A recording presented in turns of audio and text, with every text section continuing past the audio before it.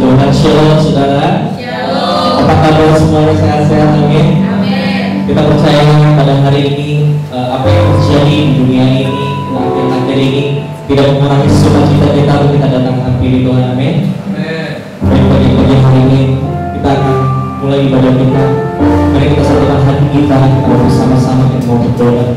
Terima kasih Tuhan, terus hari yang memberi kesetiaan kami hari ini.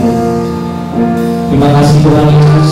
Kami tahu Tuhan apa yang sedang terjadi akhir-akhir ini Tuhan, yang sedang kami alami akhir-akhir ini Tuhan. Bahkan dunia ini yang sedang mengalami Tuhan corona, untuk kami percaya Tuhan tidak mengurangi kami untuk kami terus datang kepada, tidak mengurangi sukacita kami untuk kami terus datang kepada Tuhan. Tuhan, Engkau bangkitkan setiap iman kami, bangkitkan setiap roh kami Tuhan, untuk kami tetap percaya bahwa kalau dalam Tuhan imanmu yang akan tetap bersama kami dan selalu bersama kami, hanya malah tempat perlindungan kami dan hanya malah Allah yang kami percaya dalam Tuhan. Dan hari ini Tuhan, kami percaya Tuhan, kiranya Bapa, setiap umatmu yang hadir pada hari ini, walaupun mereka yang sedang menonton pada hari ini, kiranya Tuhan malah setiap kami pada hari itu, malah setiap kami itu kami datang masuk di dalam hadirat-Mu yang kudus, bersama-sama untuk memuji Engkau, bersama-sama untuk menyembah Engkau Tuhan. Hari ini Tuhan bilang Kau nyatakan kuasa-Mu bagi setiap kami, Kau nyatakan hadirat-Mu lebih bagi setiap kami. Terima kasih Tuhan Yesus, terima kasih Tuhan. Dan hari Tuhan kami siap untuk bersorak-sorai di dalam nama Tuhan Yesus. Haleluya. Amin. Dan saudara, satu menit kita boleh bagi bersama-sama. Kita akan bersama-sama untuk memuji nama Tuhan pada pagi hari ini. Bersama-sama kita berdoa kembali bagi Tuhan. Apapun yang terjadi dalam kita semua yang lain, amin.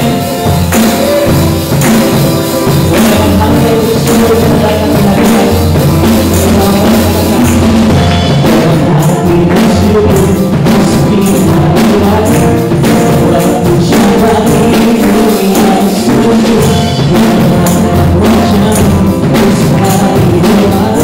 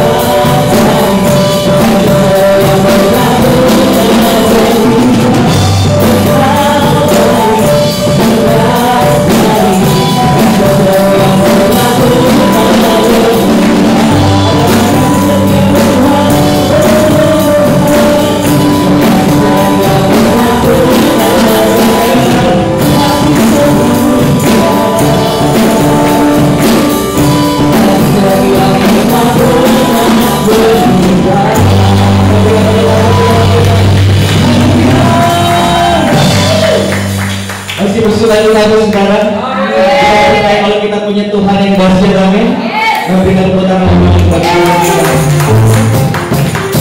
Mari kita bersama-sama. Engkaulah Allah yang hidup, Engkaulah Allah yang bersih Tuhan. Beri Ustaz bersama hidup. Mari sama-sama kita bersama-sama.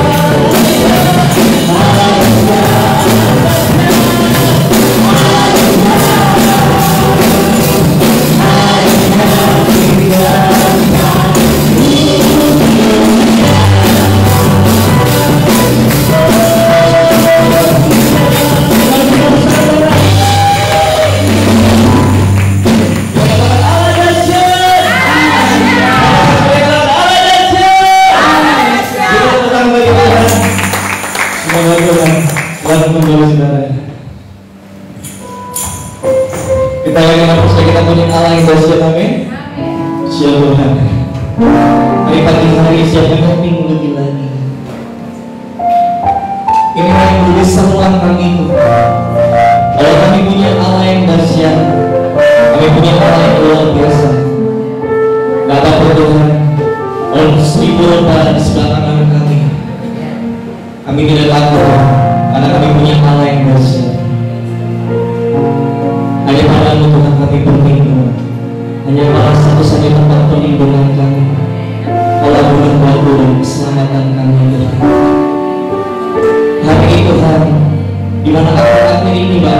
di dunia ini sedang digoncang Tuhan dengan wabah penyakit Tuhan. Bela kami Tuhan, ajar kami untuk kami tetap terus percaya, selalu percaya Tuhan, bahwa pertolongan tak akan pernah terlambat bagi setiap kami, bahwa Engkau Tuhan yang tak pernah meninggalkan kami sendiri. Apapun yang kami alami Tuhan, apapun yang terjadi pada hari ini, kami percaya kalau Tuhan ada bersama kami. Tangan yang sanggup menolong kami, tangan yang sanggup menolong setiap kami. Terima kasih Tuhan Yesus. Kita terus berharap kami, kita terus ada hanya kepada Tuhan Yesus. Bila yang hanya pertolongan kami Tuhan, hanya kami percaya. Terima kasih Tuhan Yesus. Kami datang Tuhan, kami datang hari kami di hadapan. Ini kami Tuhan. Kami mau datang, kami mau sembah Engkau hari ini. Terima kasih Tuhan Yesus. Terima kasih. Bila kami percaya. Terima kasih. Kau Tuhan jaminan, hanya Yesus yang ku percaya. Di saat aku sudah tak mampu, hanya Yesus sanggup melakukannya. Katakan aku percaya, aku percaya ada mujizat. Aku percaya Tuhan ku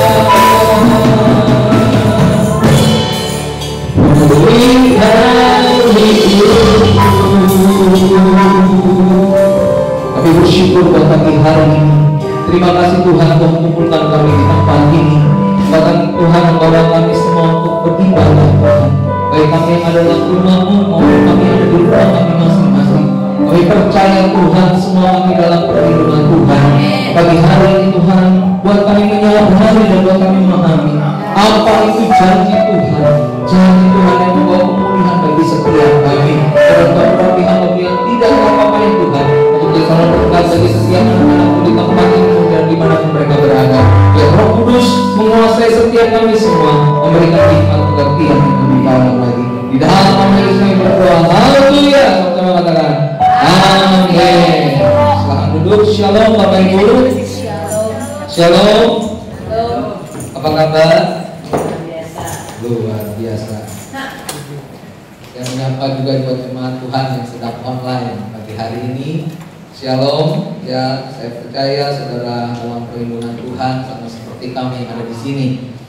Saudara dikasih oleh Tuhan, pagi hari ini seharusnya Pak Haryanto Winata yang akan menyampaikan firman Tuhan, tapi beliau sedang sakit, harus diopnam baru kemarin diopnam saya siang. Dan kami mungkin kembali memutuskan di antara kami yang harus maju pagi hari ini. Dan puji Tuhan, saya diberikan kepercayaan pagi hari untuk menyampaikan isi hati Tuhan. Ya, saya percaya saudara rindu untuk mendengarkan isi hati Tuhan. Amin. Pagi hari ini saya akan bagikan firman Tuhan tentang janji Tuhan adalah janji pemulihan. Katakan sama-sama, janji Tuhan. Janji Tuhan adalah janji pemulihan. Adalah janji pemulihan. Waktu kita mendengar kata janji, seringkali kita ini selalu terbawa dengan rasa yang menyejukkan, langsung senang gitu ya. Dijanjikan, gitu ya. Sesuatu yang kayaknya tuh membuat hati kita langsung kayaknya wah pasti ya, gitu ya. Contoh seorang anak ya, dia dijanjikan oleh orang tuanya.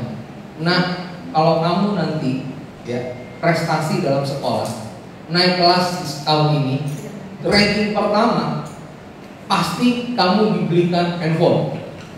Ya, di sini kan ada anak-anak muda, anak-anak remaja, ya, seneng nggak?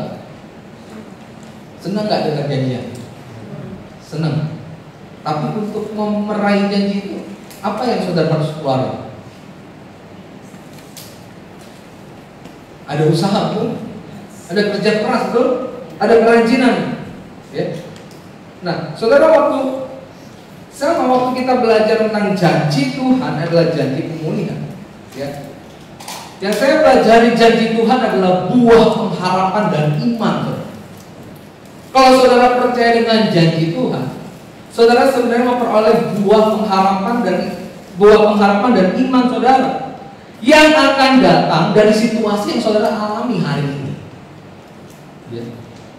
Tapi nggak semua orang mau tetap benar-benar di dalam janjinya itu. Artinya nggak semua orang tuh lebih suka terhadap janji daripada peringatan. Betul nggak? Padahal kalau saudara baca, coba dan Mazmur pasal yang ke-25 ayat yang ke-10, janji itu tidak bisa dilepaskan dari apa? Peringatan sebenarnya. Mazmur 25 ayat 10, saya bacakan. Segala jalan Tuhan adalah kasih, setia, dan kebenaran bagi orang yang berpegang pada apa? Perjanjiannya dan apa? Peringatannya. Kita kadang lupa, saudara, kalau berbicara janji itu nggak luput dari peringatan. Halo. Kita seringkali maunya terimanya janji, tapi kalau namanya peringatan itu berarti sebuah nasihat, betul? Sebuah teguran, sebuah didikan, kita nggak mau terima. Padahal ada perjanjian, ada itu ada kata dan. Segala jalan Tuhan itu kasih setia dan juga kebenaran. Janji berbicara tentang kasih setia Tuhan atas saudara dan saya. Peringatan itu berbicara tentang kebenaran Tuhan atas saudara dan saya. Baru-baru ini ya, kita semua dihebohkan dengan sebuah penyakit ya, COVID-19 atau corona. Tapi saudara tahu nggak awal mula daripada COVID-19 itu dari mana? Siapa sih yang menemukan? Ya kan? Saya cari tahu, saudara. Siapa sih yang nemuin gitu ya? Siapa sih yang nemuin ini? Kok bisa sampai bisa ada penyakit ini? Saya cari tahu. Saudara tahu ada seorang dokter spesialis mata. Dia namanya Dokter Lee Wenliang. Dokter siapa? Lee Wenliang. Dia seorang dokter spesialis mata. Pada waktu itu dia memposting kisahnya di Weibo. Jadi ada sebuah chat yang namanya Cina itu Weibo. Ya. Dari tempat tidur di rumah sakit sebulan setelah mengeringkan peringatan awal virus corona, dia telah memperhatikan 7 kasus virus. Jadi dia itu layanin pasien-pasien ada 7 kasus. Dan dia mengatakan begini, ini tampaknya virus ini lebih berbahaya dari SARS. Ya. Kenapa? Karena virus ini tuh lebih cepat penyebarannya. Ya, lebih cepat penyebarannya. Dia mengambil sistem pernafasan manusia, kemudian dia masuk ke paru-paru langsung mengambil imun. Ya. Nah, tapi saudara perhatiin, waktu tanggal 30 Desember 2019 dia mengirim pesan kepada semua dokter di sebuah grup obrolan. Jadi di antara tim dokter gitu ya di rumah sakit itu. Kemudian apa? Dia ini memperingatin semua dokter nih. Ini tentang peringatan. Dia peringatin semua dokter untuk ngapain? Untuk memakai pakaian pelindung agar terhindar dari infeksi. Ya. Namun apa yang terjadi? 4 hari kemudian dia dipanggil oleh Biro Keamanan Umum di rumah sakit itu, di mana dia disuruh menandatangani surat. Dalam surat itu dituduh membuat komentar palsu dan telah mengganggu tatanan sosial. Dia adalah salah satu dari 8 orang yang menurut polisi sedang diselidiki karena menyebarkan desas-desus berbahaya. Dia yang handle pasien dari 7 kasus itu, dia udah info kepada teman-temannya untuk ngapain? Pakai pelindung. Tapi dia tidak dipercaya. Malah apa? Dia difitnah, betul nggak? Suruh ngapain? Wah, ini bohong nih. Ini ngapain? Kabar hoax, menakutkan semua dokter yang ada di rumah sakit, medis rumah sakit. Orang sakitnya biasa-biasa kok, cuma flu batuk gitu doang sama demam. Masa sampai heboh gitu? Masa ini sebuah virus yang bisa nyebar dari orang ke orang, dari orang ke orang? Saudara ya? Lalu apa yang terjadi, saudara? Yang terjadi adalah ternyata 10 Januari tiba-tiba dia ngalamin batuk sendiri. Orang yang melayani pasien corona, dokter ini, dia juga bisa terkena virus. 10 Januari dia kena. Apa yang dilakukan dia? Baru setelah itu, saudara, dia berobat dan kemudian ternyata batuknya itu tidak berhenti. Ya, batuknya berhenti, demamnya makin kencang. 31 Januari ya 2020 30 Januari 2020 dia dikatakan positif kena siapa? Kena corona. Baru setelah itu pihak kepolisian meminta maaf, pihak rumah sakit meminta maaf atas apa? Atas kelakuan dia karena tidak mempercayai apa? Peringatan. Saudara, zaman sekarang tidak semua orang mudah percaya akan hal-hal peringatan. Peringatan sakit aja nggak mudah dipercaya, apalagi peringatan Tuhan. Halo, COVID-19 mungkin tidak akan menyebar kemana-mana. Tidak mungkin dari Wuhan, dari China bisa ke negara-negara lain. Kalau dari awal sudah ada orang yang mencegah, gitu. Bagaimana mau mencegah? Coba bayangkan, kota Wuhan itu mati habis. Kenapa? Kan kota itu sudah tidak ada orang bergerak dari sejak akhir Desember sampai bulan Februari, ya, baru Februari terakhir itu mereka seperti kota mati, gak ada yang datang ke sana. Ya. Kenapa? Bahkan di sana pihak rumah sakit pun jadi bingung, tim medis pun sampai bingung, kewalahan. Kenapa? Karena mereka tuh terbatas banget. Saudara kalau mendengar ada dapat grup di WA segala macam, saudara ketemu nggak? Betapa sulitnya tim medis pun untuk mengobati. Kenapa? Karena virus ini. Saya mau katakan saudara, ketika kita mulai mau percaya dengan janji Tuhan depan kita juga harus mengikuti peringatan Tuhan. Amin. Apakah peringatan, apakah janji Tuhan, janji pemulihan yang Tuhan berikan bagi saudara dan saya? Ya. Ada 3 hal saudara yang saya akan mau bagikan. Ya, janji pemulihan yang Allah rancangkan atas kita. Mari kita buka sama-sama Yeremia pasal 33. Yeremia 33 ayatnya yang pertama sampai yang ke-12. Yeremia 33 ayat yang pertama sampai yang ke-12. Sudah? Janji pemulihan keadilan Yerusalem dan Yehuda. Datanglah firman Tuhan untuk kedua kalinya kepada Yeremia ketika ia masih terkurung di pelataran penjagaan itu. Bunyinya, silakan ayat 2. Beginilah firman Tuhan yang telah menjadikan bumi dengan membentuknya dan menegakkannya. Tuhan ialah namanya. Bersyukurlah kepadaku, maka aku akan menjawab engkau dan akan memberitahukan kepadamu hal-hal yang besar dan yang tidak terpahami, yakni hal-hal yang tidak kau ketahui. Sebab beginilah firman Tuhan Allah Israel mengenai rumah-rumah di kota ini dan mengenai gedung-gedung di sana Raja Yehuda yang dikokohkan untuk dipakai terhadap tembok-tembok pengepungan dan pedang. Orang akan masuk pertempuran lawan orang-orang Kasdi, dan kota ini akan penuh dengan bangkai-bangkai manusia yang telah kupukul mati karena murkaku dan kehangatan amarahku. Sebab aku telah menyembunyikan wajahku dari kota ini oleh karena segala kejahatan mereka. Sesungguhnya aku akan mendatangkan kepada mereka kesehatan dan kesembuhan, dan aku akan menyembuhkan mereka dan akan meningkatkan kepada mereka kesejahteraan dan keamanan yang berlimpah-limpah. Aku akan memulihkan keadaan Yehuda dan Israel dan akan membangun mereka seperti dahulu.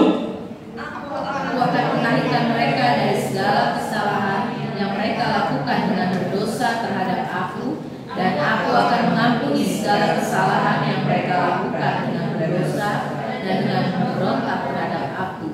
Dan kota ini menjadi pokok kegirangan, ternama, terpuji, dan terhormat bagiku di depan segala bangsa di bumi yang telah mendengar tentang segala kebajikan yang kulakukan kepadanya. Mereka akan terkejut dan gemetar karena segala kebajikan dan segala kesejahteraan yang kulakukan kepadanya. Beginilah firman Tuhan di tempat ini yang kamu katakan telah menjadi reruntuhan tanpa manusia dan tanpa hewan. Di kota-kota Yehuda dan di jalan-jalan Yerusalem yang sunyi sepi itu tanpa manusia, tanpa penduduk dan tanpa hewan. Akan terdengar lagi suara kegirangan dan suara sukacita, suara pengantin laki-laki dan suara pengantin perempuan, suara orang yang mengatakan bersyukurlah kepada Tuhan semesta alam, sebab Tuhan baik, bahwasannya untuk selama-lamanya kasih setianya. sambil mempersembahkan korban syukur di rumah Tuhan, sebab aku akan memulihkan keadaan negeri ini seperti dahulu. Firman Tuhan.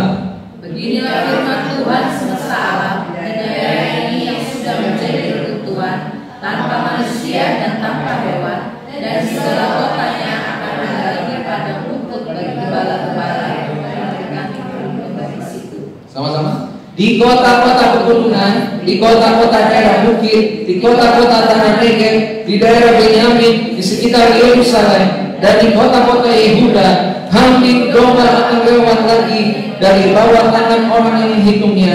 Demikianlah firman Tuhan. Wow. Saudara perhatikan dengan baik. Ini nabi yang luar biasa, Nabi Yeremia. Dia hidup di tengah-tengah zaman bagaimana kerajaan Israel sudah terpecah menjadi dua. Ya, dan kerajaan utara, kerajaan selatan. Ya, kerajaan selatan itulah dikenal oleh Yehuda. Kerajaan utara tetap namanya Israel. Dan pada saat itulah, pada zaman Raja Yoyakim, saudara, apa yang terjadi? Ternyata bangsa Israel, ya, dia harus mendapat penjajahan daripada Nebukadnezar. Jadi Yeremia termasuk nabi yang hidup dalam masa pembuangan Israel di Babel. Jadi saudara kalau mau berbicara tentang janji Tuhan, ya, itu berbicara tentang apa? Pernyataan. Saudara kalau mau terima janji, ya harus terima sebuah kenyataan yang pahit. Ada masa-masa yang sulit, masa-masa yang sukar yang saudara dan saya akan hadapi. Ya. Alkitab katakan dari apa yang kita baca ada 3 hal dalam kitab Yeremia ini. 3 pemulihan yang Tuhan, janji pemulihan Tuhan berikan kepada kita. Perhatikan dengan baik. Ya. Yeremia 32 ayat 36. Alkitab katakan seperti ini. Oleh sebab itu beginilah firman Tuhan Allah Israel mengenai kota ini yang kau katakan telah diserahkan ke dalam tangan Raja Babel karena pedang, kelaparan dan apa? Penyakit sampah. Ya. Jadi bayangkan saudara ya, mereka harus mengalami peperangan, ribut mulut. Ya. Kemudian apa? Mereka harus mengalami kenyataan orang kalau hidup dalam peperangan otomatis persediaan makanan akan berkurang, akan habis, kelaparan. Dan yang berikutnya mereka mengalami apa? Penyakit sampah. Pemulihan yang pertama, janji pemulihan atas Yeremia, dan itu juga akan terjadi atas saudara dan saya. Pemulihan atas pribadi saudara dan saya. Amin. Saudara dan saya akan dipulihkan Tuhan. Dia nggak akan pulihkan orang lain dulu sebelum orang lain melihat saudara sudah dipulihkan. Janji pemulihan itu berlaku bukan buat orang lain dulu, tapi buat saudara dan saya. Dan masa-masa Yeremia ada di sana, tadi kita baca dengan baik, mereka mengalami peperangan. Pedang kan lawan pedang. Mereka alami kelaparan. Baru-baru ini kan juga sama ya saudara ya. Semua orang tuh panik. Saking panik ya, orang itu sudah mulai tidak berpikir. Ya nggak tahu kalau dia itu maksudnya Alkitab katakan cukupkanlah apa yang ada padamu. Saking nggak cukup-cukup, yang tadinya tempatnya nggak rame, gerainya nggak pernah rame. Yang tadinya tuh orang tuh kalau belanja dikit-dikit melihat harga, nggak pernah melihat harga, langsung diborong semuanya. Betul? Langsung diborong. Waktu berbicara tentang janji pemulihan, tuh keadaan saudara dan saya itu yang Tuhan janjikan. Amin. Kita akan dipulihkan, saudara. Ya. Seseorang yang ingin dipulihkan, dia perlu menyadari bahwa keadaan yang sedang dialami memang membutuhkan Tuhan dan bukan melupakan Tuhan. Kalau orang sadar dia butuh pemulihan, dia harus sadar dulu keadaannya seperti apa. Dan saya berdoa buat saudara yang nonton hari ini, apa yang jadi keadaanmu? Sadari apa yang jadi keadaan. Kalau saudara merasa ya saat ini ya biasa, ya nggak sampai kelaparan zamannya Yeremia gitu loh, zamannya Israel dan Yehuda seperti itu. Tapi kalau saudara sudah mulai hari-hari saudara, Alkitab memang akan terus digenapi. Kita akan masuk masa-masa yang sukar. Dan bahkan pun dalam beribadah pun kita diminta untuk metodenya berbeda. Kita tidak menghilangkan ibadah saudara di hari Sabat, betul? Tapi metodenya diganti. Ya, makanya sekarang jadi church online. Ya. Saudara, masa-masa sukar akan terjadi. Tapi Tuhan mau katakan pagi hari ini buat kita. Kita harus sadar dulu, karena Tuhan tak akan bisa bekerja memulihkan kau dan saya kalau kau nggak sadar bagaimana keadaanmu. Kalau kau nggak merasa kalau kau butuh Tuhan, malah kau melupakan Dia. Pagi hari ini Tuhan mau tantang kita. Kalau kau mau janji pemulihan atas diri, sadari keadaan, sadari akan kemana. Kalau kita kerasa apa yang kita alami hari ini, itu biasa. Semua orang juga ngalami. Tapi makin ke sini saudara-saudara harus makin mendekatkan diri sama Tuhan. Amin. Saudara harus makin benar-benar membutuhkan Tuhan. Karena waktu Tuhan, saya mau katakan ini, janji Tuhan untuk memulihkan saudara dan saya, Dia bukan bahkan menghilangkan masalah saudara dan saya. Dia bukan menghilangkan masalah yang kau alami. Dia bukan menghilangkan kelaparan. Dia bukan menghilangkan masa-masa perang. Dia bukan menghilangkan masa-masa kayaknya kita sulit. Tapi Alkitab katakan apa? Dia memberikan kita kekuatan. Perhatikan kitab Habakuk, kita lebih banyak kitab Habakuk. Habakuk pasal yang ketiga. Habakuk pasal yang ketiga. Apa yang kami katakan? Habakuk pasal yang ketiga ayat 17, 18 dan 19. Sudah ketemu? Kita baca sama-sama 2, 3. Sekalipun pohon ara tidak berbunga, pohon anggur tidak berbuah, hasil pohon zaitun mengecewakan, sekalipun ladang-ladang tidak menghasilkan bahan makanan, kambing domba terhalau dari kurungan, dan tidak ada busak di dalam kandang, namun aku akan bersorak-sorak di dalam Tuhan, beria-ria di dalam Allah yang menyelamatkan aku. Allah Tuhanku itu kekuatanku, Ia membuat kakiku seperti kaki rusa. Ia membiarkan aku berjejak di mana?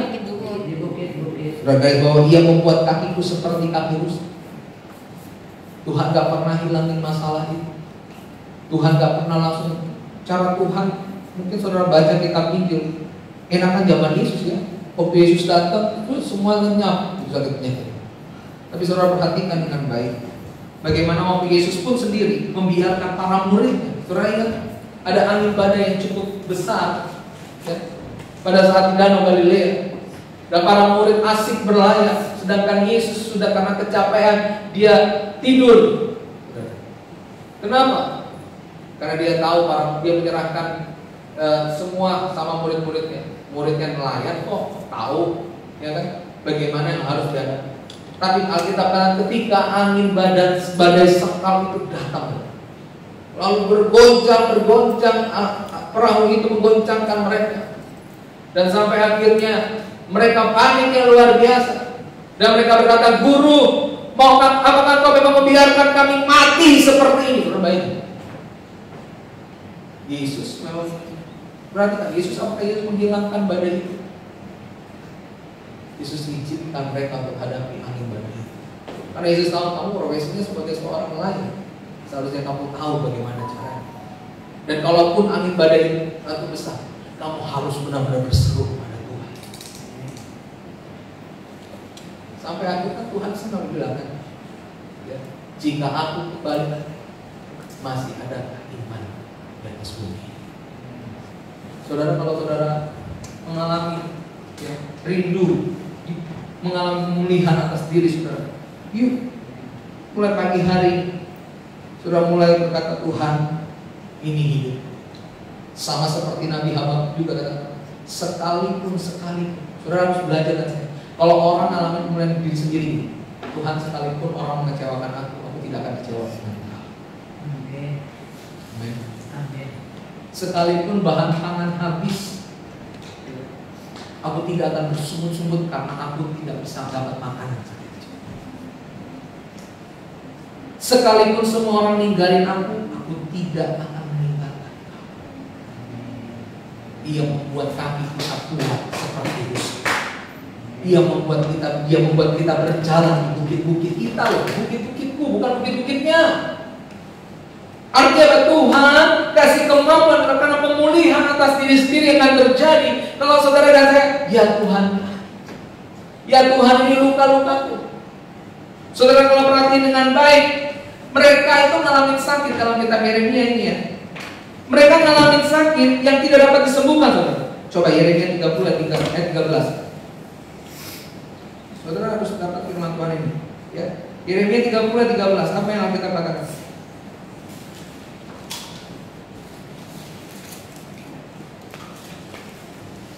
Tidak ada yang membela hakmu, tidak ada apa? Obat untuk bisul, kesembuhan tidak ada bagimu. Wow. Coba ini. Mereka dapat janji Tuhan, tetapi apa? Mereka harus mengalami penyakit sampar, saudara.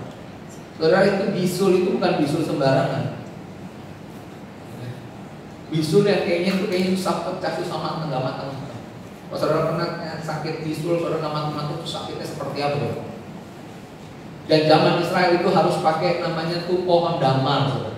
Dan itu langkah banget pohonnya, karena itu dipakai minyak dan getahnya itu buat obatin luka kulit.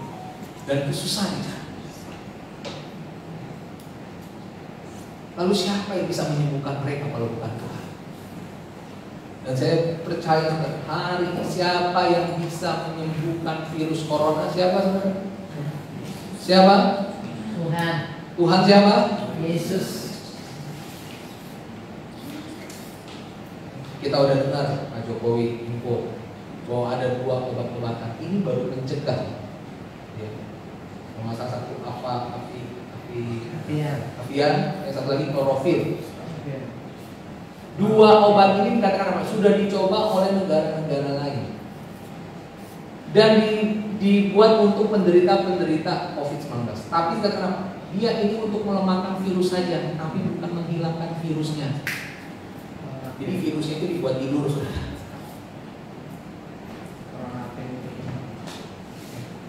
Dia hanya menstabilisasi untuk imun saudara, kekebalan tubuh saudara, tapi tidak melenyapkan virus.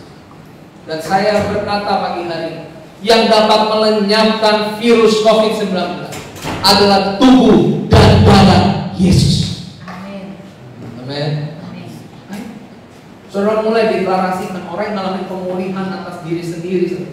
Dia mulai berkata, Tuhan, aku percaya tubuhmu dan darahmu untuk menyatu dengan hidup. Waktu saudara lemah, saudara harus angkat hati.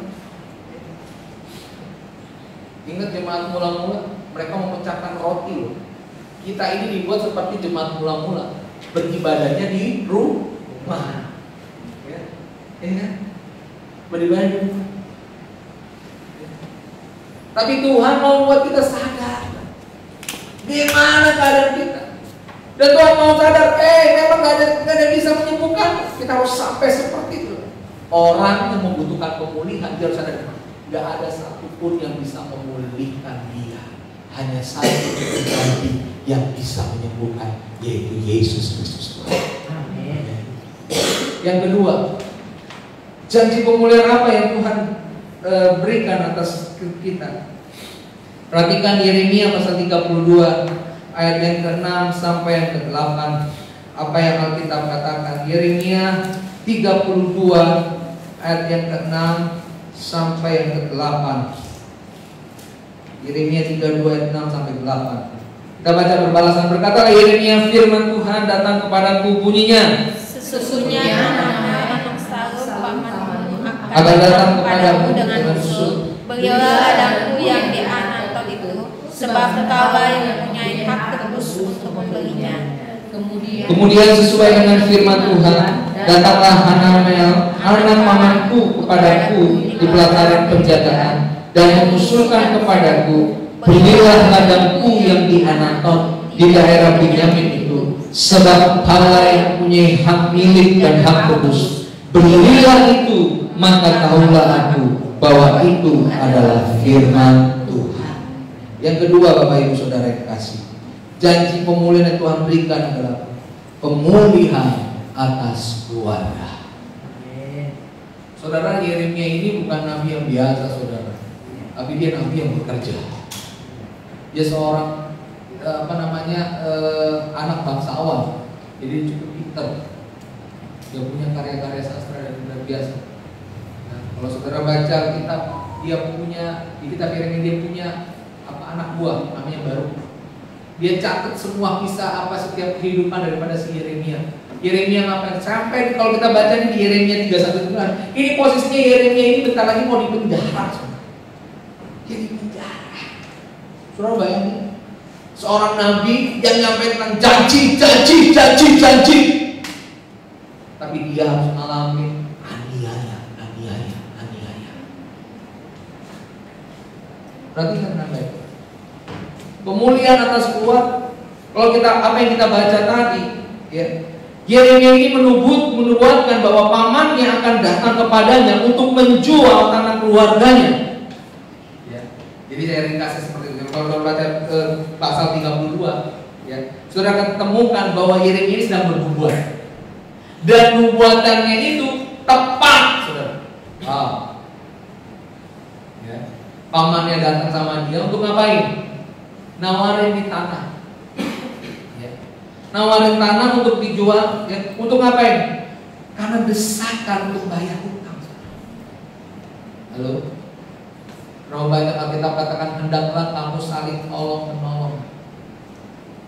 Pemulihan atas keluarga itu terjadi ketika kita mau ada rasa saling menolong antara yang lain. Amin.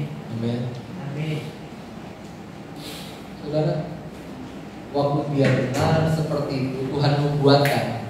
Apakah Yeremia diam saja? Tidak, karena ini datangnya firman Tuhan. Makanya kan Alkitab katakan ujilah segala sesuatu, ya, bahkan yang baik sekali. Baik memang. Tapi kalau saudara perhatikan dengan baik, tanah ini kan posisinya kan sedang dijajah, saudara. Loh, kalau posisinya sedang dijajah, saudara harus mikir begini loh. Pada masa Jadi pada masa itu ketika seorang terpaksa menjual ladang untuk membayar hutang, hukum yang berlaku mewajibkan anggota keluarga yang terdekat yang berhak membeli atau menolak tanah itu. Ya.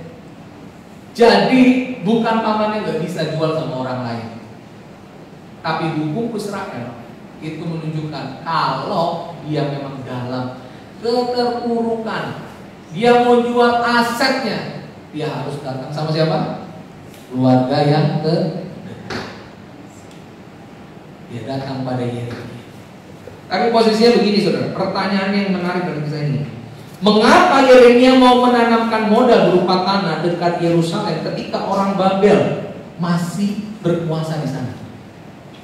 Betul nggak? Ini kan posisinya kan tanahnya lagi dijajah, saudara. Harus paham cerita ini. Halo? Ini tanahnya dijajah, saudara. Oke, masalah beli tanahnya gampang, tapi posisinya bisa saja tanah yang dibeli itu dirampas. Saudara, kalau orang gak ngerti tentang pemulihan, dia pasti gak akan mau lakukan. Yeremia dia ngerti banget pemulihan. Waktu Tuhan memulihkan dirinya sendiri. Yeremia itu nabi yang memang selalu belum kesah sama Tuhan. Nabi yang selalu kayaknya tuh, makanya kitab Ratapan itu satu kitab yang dia tulis.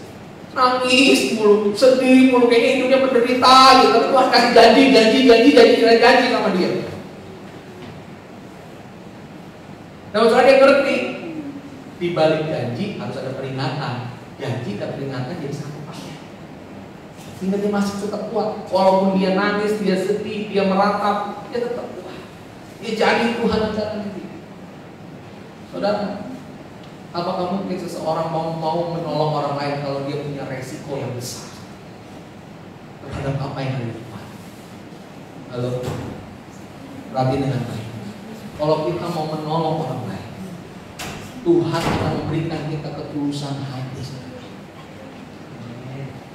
Kenapa Yeremia dipanggil Tuhan untuk memulihkan keluarga? Ketika Tuhan memulihkan dirinya sendiri, maka Tuhan memulihkan orang-orang sekitarnya dia. Dia pulihkan keluarga. Janji pemulihan adalah pemulihan keluarga. Saya lihat ada banyak di antara kita yang hanya mulai keluarga terpecah satu sama lain, betul nggak? Ya kan? Nggak ada tuh rasanya kasih di dalam keluarga. Kita bilang nama Tuhan, tapi dalam keluarga kita nggak ada nama Tuhan. Tahu nggak saudara? Tuhan inginkan apa? Supaya setiap keluarga itu menjadi satu, sama seperti Bapa satu. Amin. Amin. Karena kita katakan dalam Sabda Rasul, kalau satu orang percaya dan diselamatkan oleh Tuhan, maka sisi keluarga itu juga percaya oleh karena iman mereka yang percaya ini. Amin. Bahkan suami istri yang tidak beriman, gitu, suaminya atau istrinya percaya kepada Yesus, istri dan suami tidak percaya pada Yesus. Oleh karena suami dan istri percaya pada Yesus, maka ia menguduskan suami dan istri. Seperti ini kan? Keluarga adalah idaman Tuhan. Dari awal Tuhan desain bahwa kita itu akan menjadi keluarga. Tuhan mau memulihkan keluarga. Apa yang jadi masalah keluarga kita hari-hari ini? Mungkin di antara kita mungkin kita tidak ada lagi waktu. Saya yakin dan percaya kenapa, saudara? Allah Tuhan itu pemerintah menetapkan 2 minggu ke depan untuk kita tidak bertemu satu sama lain dan hanya apa? Di rumah, betul? Ya. Ada jemaat-jemaat yang luar biasa sehat hari ini yang hadir di sini, dan saudara juga sehat-sehat di rumah juga. Amin. Tujuannya itu apa? Supaya saudara dan saya membangun mesbah keluarga kembali. Amin. Saudara dan saya mulai kembali tertuju mata kepada keluarga. Karena sering kali kita hanya mikirin diri kita. Kita gak mikirin keluarga kita. Oke, Tuhan melindungi kita sendiri, tapi pemulihan yang Tuhan berikan atas dirimu bukan untukmu. Alkitab katakan dan Kristus mati untuk semua orang, supaya mereka yang hidup tidak lagi hidup untuk dirinya sendiri, melainkan untuk Dia yang telah membayar kehidupan kita. Karena mulai pagi hari ini mulai sadar, Tuhan, sudahkah aku peduli dengan keluarga? Saya temu ada banyak anak-anak muda hari-hari. Mereka sibuk dengan aktivitas di luar. Mereka nggak suka di dalam keluarga. Kenapa? Karena ada satu masa mereka kecewa dengan keluarga. Mereka kecewa dengan orang tua. Tapi saudara, saya mau katakan, saat waktu engkau susah, waktu saat engkau menderita, orang pertama saudara yang akan datang itu bukan orang lain, tapi keluarga. Hati ini, saya mau katakan buat anak-anak, waktu engkau sengsara, waktu engkau susah, bukan sahabat-sahabat dulu. Mungkin nanti tiba-tiba waktu di penjara gitu, yang akan dicari bukan sahabat-sahabat, tapi yang dicari orang tua, betul? Yang akan dicari keluargamu. Dan banyak kita lupa bahwa keluarga itu adalah tujuan Tuhan berpisah. Karena mujizat pertama yang Tuhan berikan itu di atas keluarga. Tuhan ubah apa? Air menjadi anggur. Artinya kerinduan Tuhan untuk memulihkan keluarga itu sudah ada di hatinya sejak awal. Ayo, kalau mungkin hari-hari Tuhan izinkan kita banyak, Tuhan mau kita juga banyak interaksi dengan orang tua kita, banyak interaksi dengan saudara-saudara kita, banyak interaksi. Kalau mungkin kita kurang waktu hari-hari, mulai Tuhan ingat yuk, berapa banyak orang rindu pemulihan, ayo mulai dulu.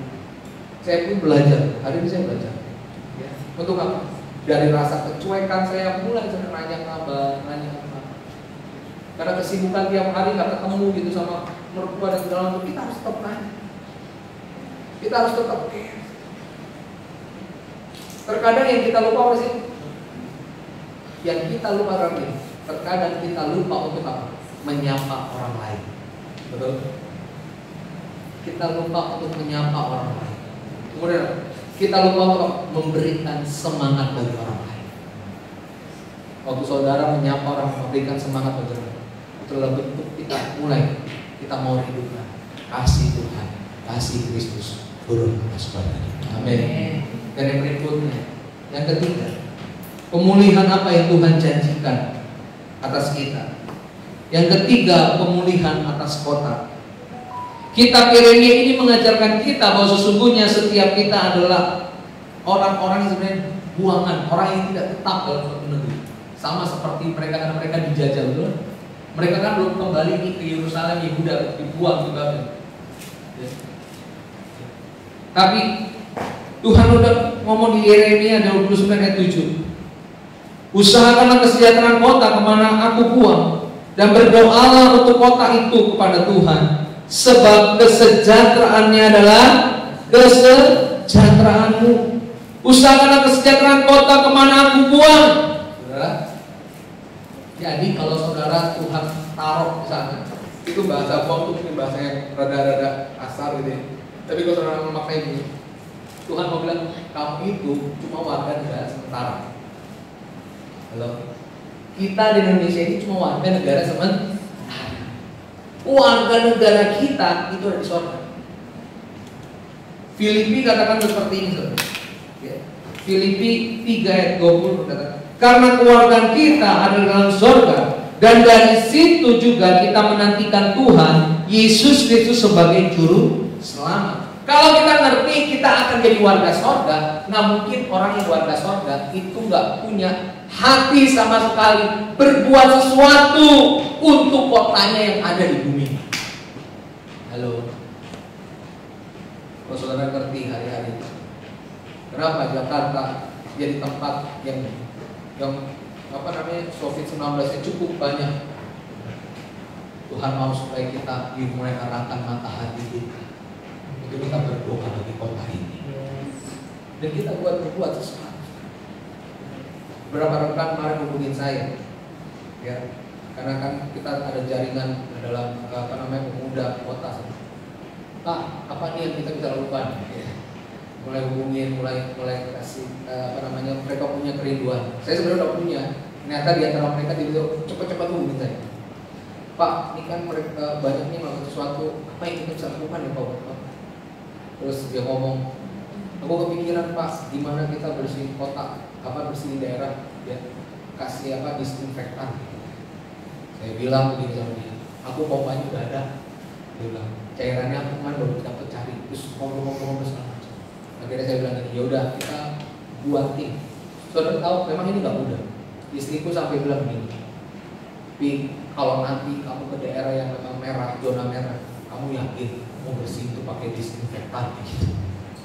Itu kan harus ada alat semua. Tapi saya percaya saudara, kalau kita punya gerakan hati untuk memulihkan kota kita, pasti Allah akan melindungi kita. Amin. Allah akan menyediakan perlengkapan yang tepat, saudara, yang lengkap untuk kegerakan untuk kita memberkati kota kita. Ayo saudara, mulai saat ini, mulai yang kita nggak biasa bersih harus bersih, betul?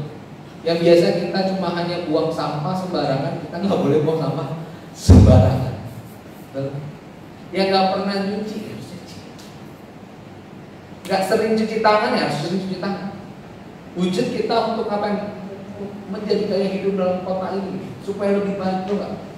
Jakarta lebih bersih, kota kita menjadi kota yang benar-benar teguh beriman, betul? Karena kan kebersihan maka dari orang beriman pasti bersih. Ya.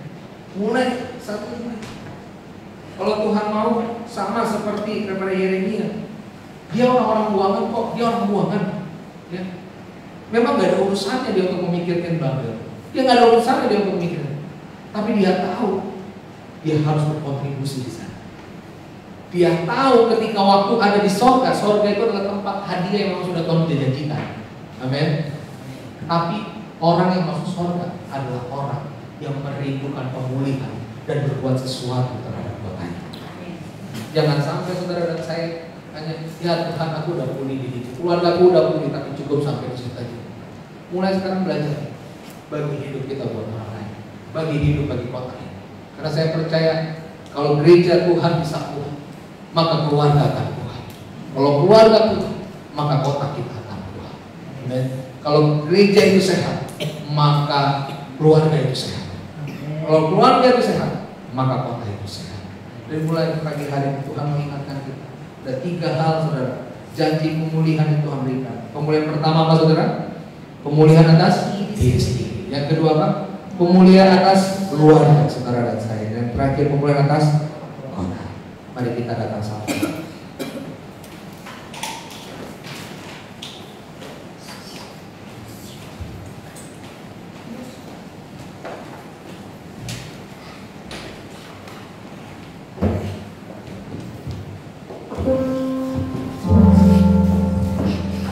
Syukur setia rencanamu dan rencanamu yang mulia. Bersatu kami bersatu menjadi duta kerajaanmu. Mengucapkan berkat atas Indonesia, mengucapkan berkat atas Indonesia, biar kemuliaan Tuhan akan nyata. Mari kita bangkit bersama-sama. Mari kita saling berdiri, saling berdiri dan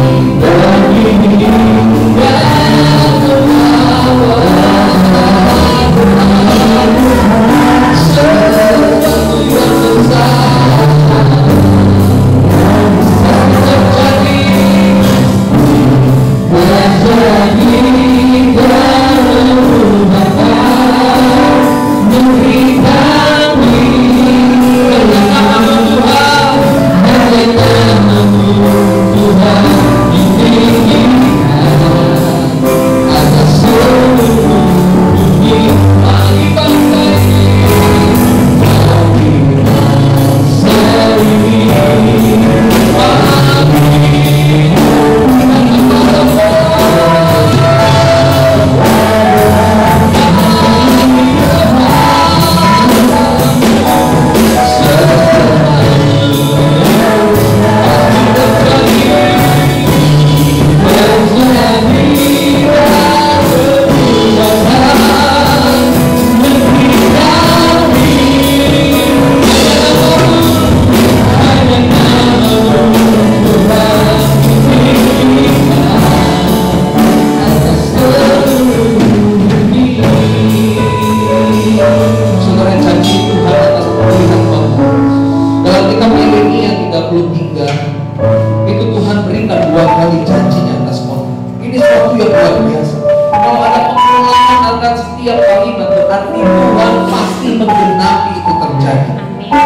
Yeremia 33 ayat yang ke-14 15. Sesungguhnya waktunya akan datang, firman Tuhan, bahwa aku akan menepati janji yang telah kukatakan kepada kaum Israel dan kaum Yehuda.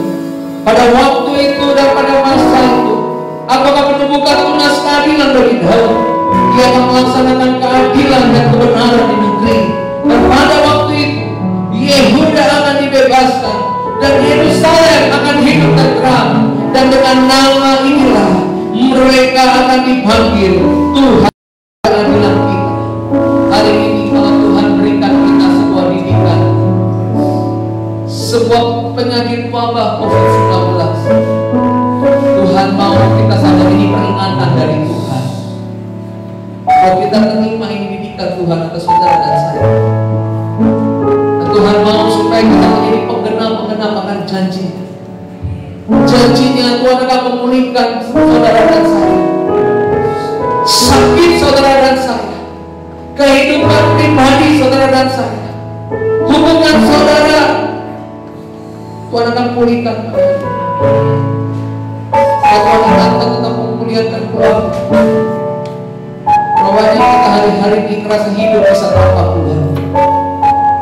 Pada ujung akhirnya waktu kita surat tahu sangat sedih ketika COVID-19 banyak orang mengatakan mereka tanpa Tuhan. Tapi kalau bisa dicek dengan baik, Tuhan ingat kita, jangan sampai Tuhan panggil kita tanpa Tuhan. Tuhan membawa pulang kita tanpa Tuhan.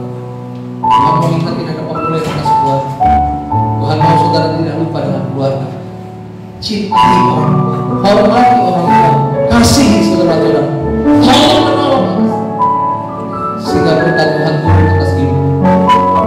Karena itu Tuhan ingatkan, ayo mulai terpanggil buat kota ini. Tuhan izinkan Jakarta terjadi, supaya kita tidak hanya berdoa, tapi lakukan sesuatu. Kita mau lakukan misi yang nyata, bukan berdoa. Kita berdoa Tuhan sedia menyediakan semua berkat-Nya atas kita. Tuhan akan kirimkan orang-orang yang benar-benar militan, orang-orang yang mau bersepakat bersama-sama, membantu semua gereja-gereja Tuhan, bahkan rumah-rumah ibadah untuk kita bersih. Kemarin datang sama Tuhan, kita mau berdoa buat bangsa ini, supaya kemuliaan Tuhan nyata atas Indonesia. Biar kemuliaan Tuhan itu nyata atas Indonesia. Biar kehadiran Tuhan turun atas bangsa.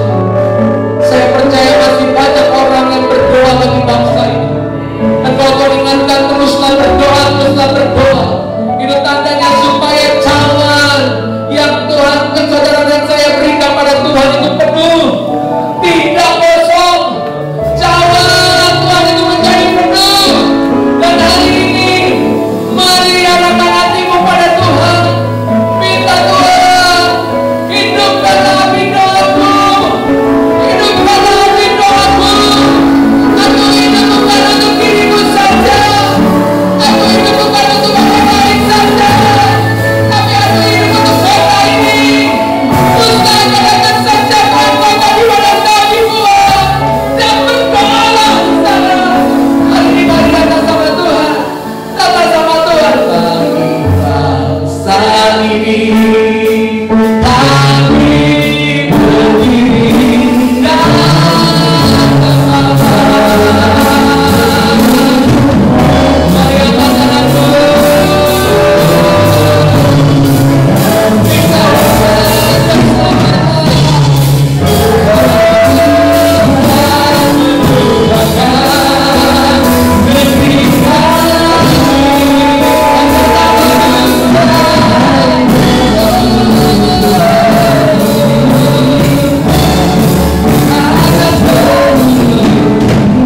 Bagi bangsa ini kami berdiri dan mari angkatkan aku.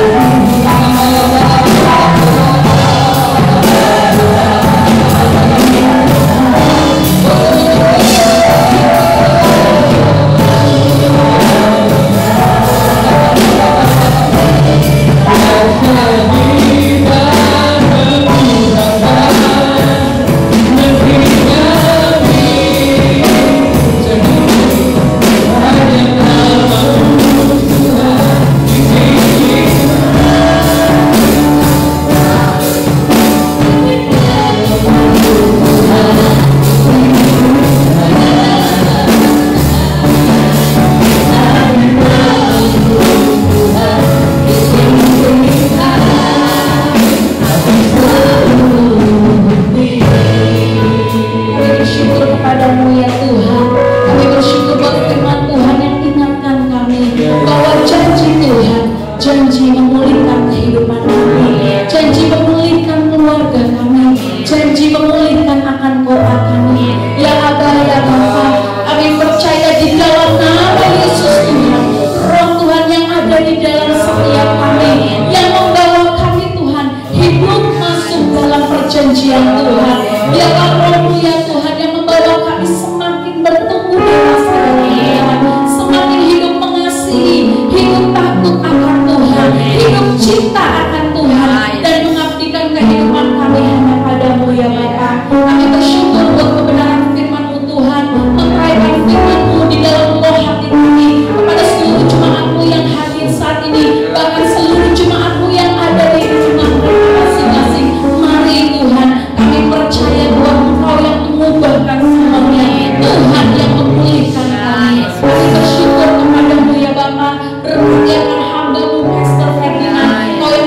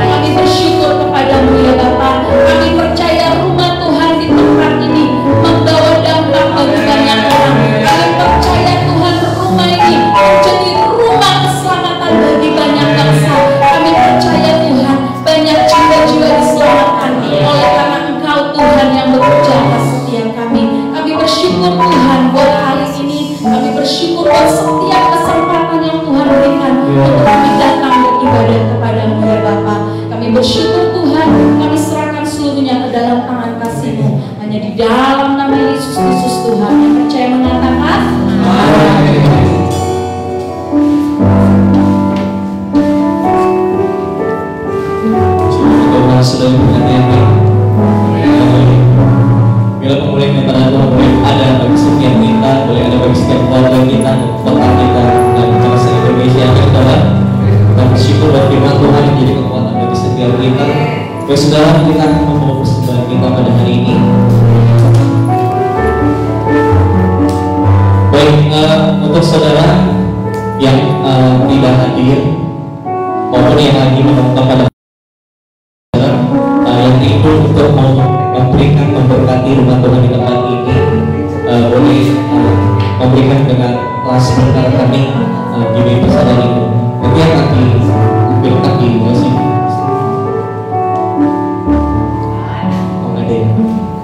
Baik saudara, kita akan berdoa untuk persembahan kita pada hari ini. Terima kasih Tuhan Yesus bahwa kebenaran firman yang memberkati setiap kami, membangkitkan setiap iman kami, yang berkekuatan untuk setiap kami. Kami percaya Bapa akan ada pemulihan daripada Tuhan untuk bangsa kami, untuk setiap kami dan keluarga kami. Dan kami yang tidak percaya dapat pertolongan-Mu akan menantang kami setiap hidup kami. Dan kami percaya Tuhan janji-Mu untuk memulihkan setiap kami akan menantang kami. Dan hari ini Tuhan, ajar kami Bapa, bangkitkan setiap iman percaya kami untuk kami tetap teguh di dalam Engkau Tuhan. Terima kasih buat kebenaran firman-Mu yang memberkati kami pagi hari ini. Tuhan, Kau juga berkati untuk hamba-Mu, untuk Pastor Ferdinand yang menjadi seorang berkat bagi setiap kami hari ini. Tuhan, pakai hamba-Mu sangat luar biasa Tuhan. Dan hikmat daripada Engkau Tuhan, Kau terus tambah-tambahkan. Kiranya Tuhan, dimanapun dia berada, Tuhan yang boleh terus menjadi berkat Bapa dan nama Tuhan yang dipermuliakan. Tuhan yang memberkati keluarganya, Kau memberkati pekerjaannya, Kau memberkati kayanya. Dan hari ini Bapa, kami membawa persembahan kami.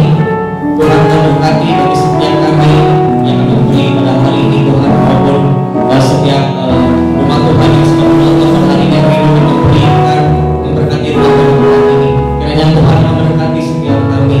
Kiranya Tuhan boleh menunjukkan setiap tuluskan setiap persembahan kami Tuhan. Kiranya Kau memberkati Bapa seluruh kehidupan Tuhan-Mu.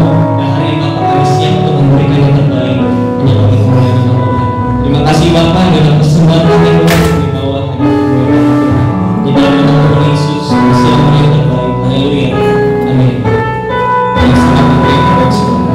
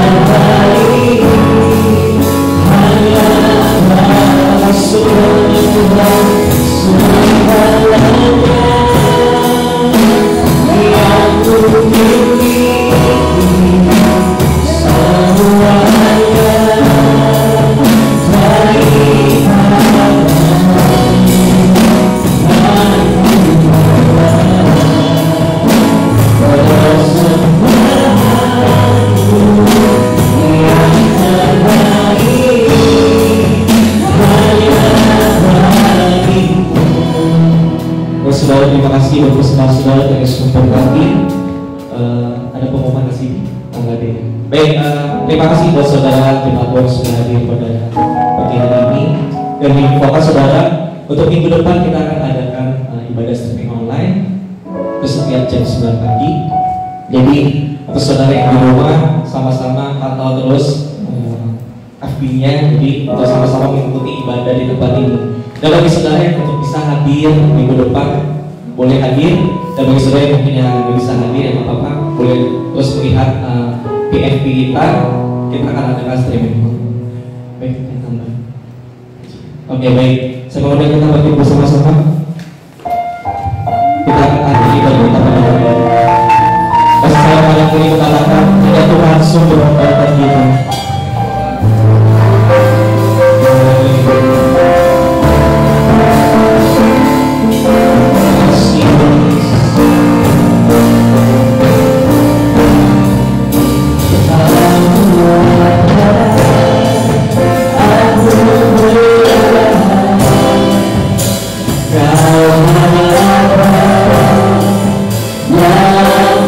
Susah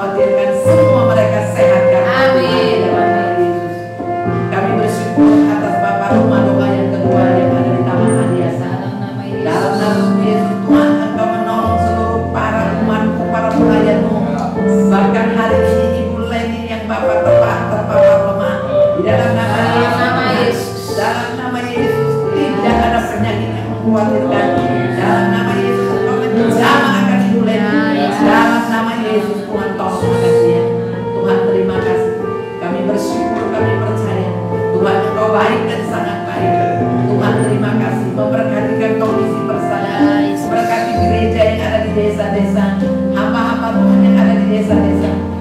Bapa, Engkau memberkati seluruh hamba-hambamu yang mengambil bagian, baik umatmu yang mengikuti secara online. Tuhan, dalam nama Yesus, biar mereka boleh taat dan setia kepadamu, mengasihi akan Engkau dan takut akan Engkau. Mereka belajar mau diingatkan oleh Engkau, mau diperingatkan oleh janji.